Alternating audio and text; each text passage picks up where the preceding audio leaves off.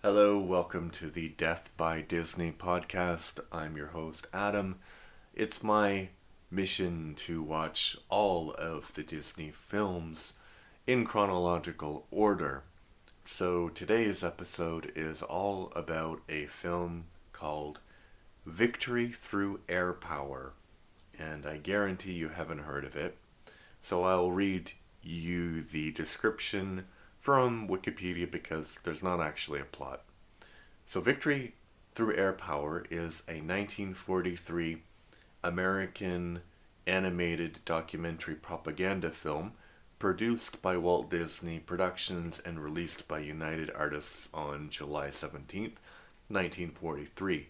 It is based on the 1942 book Victory Through Air Power by Alexander P. de Seversky. De Seversky appeared in the film, an unusual departure from the Disney animated feature films of the time. So, I like to give you a little bit of trivia about the movie before I tell you my thoughts about it. So, there's not a lot of trivia to talk about. So, Walt Disney was already working on a picture about the history of aviation when the production began on this film, so that material was used as a prologue. RKO Radio Pictures, Disney's usual distributor, saw no profit in this movie and refused to release it. Walt Disney therefore contracted with United Artists for theatrical distribution. Hard word to say. Another thing that you can find on the trivia section of the Internet Movie Database is that this movie helped Winston Churchill and the Americans realize the importance of air superiority during combat during the Second World War, and that's not true at all. It's kind of a myth about this movie. The movie was really, really popular, and it was more about convincing the civilian population of how war would be waged. And there are some things that didn't really happen because it's a propaganda movie about a aviation warfare theory book, right? That was written before aviation war kind of took on what it came to be known as during the Second World War. That was a weird way of phrasing it, but what I mean to say is just that it's obvious that it wasn't really accurate. I mean, it was propaganda. Propaganda is not supposed to be accurate. It's just supposed to make you feel things. And in this case, the movie was trying to make people like, let's be scared. We're at war. It's a horrible experience, but let's use these new machines to destroy our enemy. And luckily, we have much bigger industrial production than our enemies, so we'll be able to win if we make more of these machines. That was the whole point of it. Alright, so here is my actual review. I feel like I start a lot of my reviews with this it was an interesting film. And on the one hand, in this particular case, it's true. It's an interesting film, just not an enjoyable one. There are two problems with it. The first is that for some reason it's not available on Disney Plus, so you can only watch it on YouTube, so it's in black and white and the quality is not great. The other problem is it's straight up propaganda. That's not necessarily bad. The United States was in the middle of the Second World War at the time, and the film is an attempt to show the public the value of all of the bombers that were being built. I realized that the Second World War was an important time period in the history of humanity, but personally I've seen so much media and so many documentaries connected to this time period that this is just not interesting to me. I guess if you are interested in the history of the Second World War, this is probably an interesting artifact to look at. It would be great if the original version would be shown in its full color, and then the quality of the animation could be judged. So, as I said before, it's a mixture of animation and live action, and the animation comes from a uh, a history of animation sort of cartoon that Disney was working on. So there's some kind of controversy about it as to whether the animated parts were actually in black and white or color. But I think they must have been in color because Disney was doing everything in color, right? At the time, so it wouldn't make any sense for it to be animated in black and white.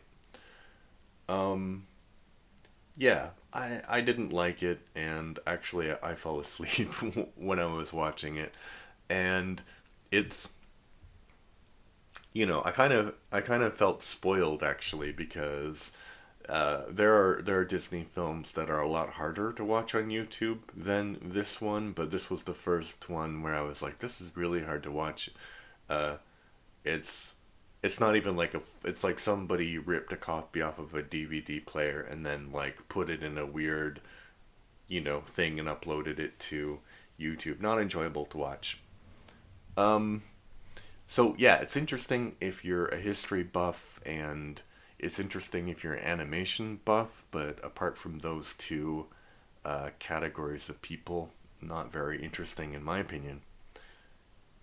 All right, so I like to read reviews of other people from the Internet Movie Database, and sometimes you have a lot of reviews, and sometimes you have not so many reviews. And this is a case where there isn't so many reviews, and when I was pulling the reviews, the negative reviews, mine is actually one of the negative reviews of this film. I gave it a 5 out of 10 because I gave it, positive ones because, you know, it could be considered a historical artifact, so it's interesting in that way. But here is a review, and this is from Pixrox 11, April 2022. It is pretty challenging to itemize all the major war crimes being promoted by Mr. Dizzy and his walnut factory during victory through air power. This rodent like rabble of henchmen and women are obviously expressing the height of hypocrisy during this hysterical feature film. For instance, what would they call it if an overseas enemy dropped a super bomb near the then named Hoover Dam, crumbling it to bits, swiftly draining Lake Mead and causing millions of LA area civilians to die of thirst? A war crime, of course. Yet the dizzy cartoonists gleefully animate this exact scenario, proving just how shameless they are. Another fantastical war crime dreamed only by world despots and the Dizzy mob involves dropping a burrowing rocket bomb capable of causing massive earthquakes, reducing a civilian metropolis to rubble. Strangely, no City of Angels landmarks are pictured here. It's pretty amazing that hero President FDR did not yell "Stop the Manhattan Project" and immediately shift the resources of Chicago, Tennessee, and New Mexico into rush production of Dizzy's earthquake bomb. Most studios would burn every copy of their having boosted such crimes against humanity. Only the pestilent vermin gang would try to glorify such a gory mess. Wow. uh, I don't know what to say, Pixrox11, but uh, you sound kind of like a North Korean internet troll or a Russian internet troll or a Nazi. Um, because yes, the things that they would have done would have caused uh, harm to civilians. Definitely, definitely, definitely true. But they were fighting a total war against a literal Nazi regime that wanted to eliminate an entire group of people from existence and reduce other people to slavery. So, in his book, Adolf Hitler said that he wanted to have living room, like it doesn't sound good in English, but like room for living, basically, for the Germanic people, for the German folk. And he wanted this living room in the east of Germany, so basically Poland and Ukraine and Russia. And in his book, that was read by a lot of people, he said that he would invade this eastern part, he would make them be slaves, and yes, that was in his book. That was the kind of fighting that they were doing, you know. And at the time, the Germans had already been waging the Battle of Britain, so they were bombing London day in, day out, day in, day out. And there was this mistaken theory that you could get people to, uh, you could break the morale of people by just indiscriminate bombing. So the Nazis were doing it, everybody was doing it. And this is a propaganda film. So Disney did produce this film. It has the Disney, it was a production of the Disney Studios and all of that, but make no mistake, this was an American propaganda film. And if you think American propaganda films are bad, you should watch some Nazi ones. They're also pretty bad. Triumph of the Will is like the one that people remember because, oh, it's got pretty colors and cinematography is great, but, you know, watch the other ones and see what kind of propaganda the Nazis were spewing.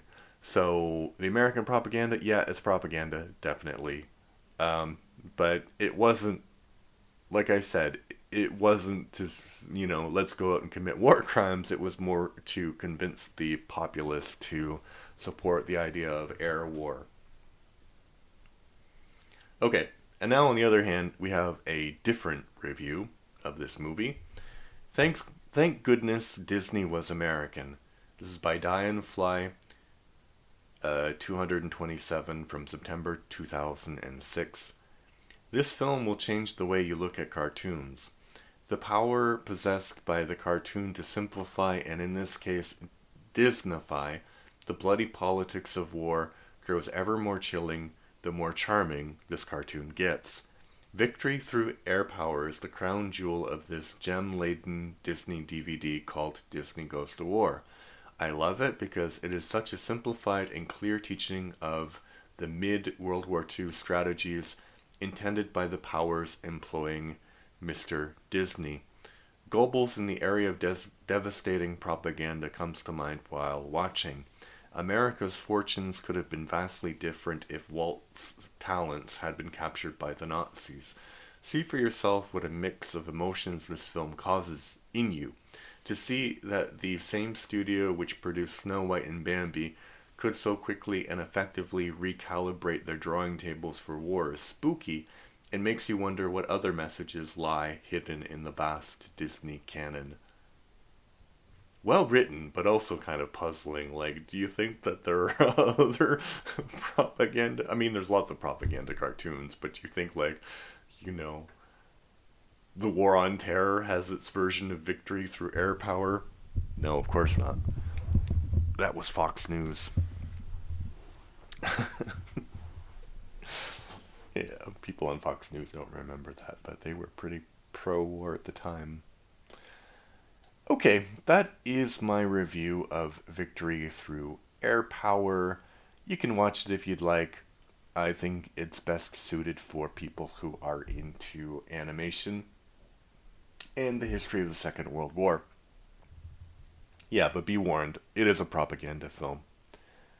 Yeah, so that's all I have to say about that. If you want to support the podcast, you can leave a review, you can subscribe, you can answer the comments, the questions on Spotify. Every podcast has these questions that you can answer, so you can answer those. Anyway, thanks for your time, and bye.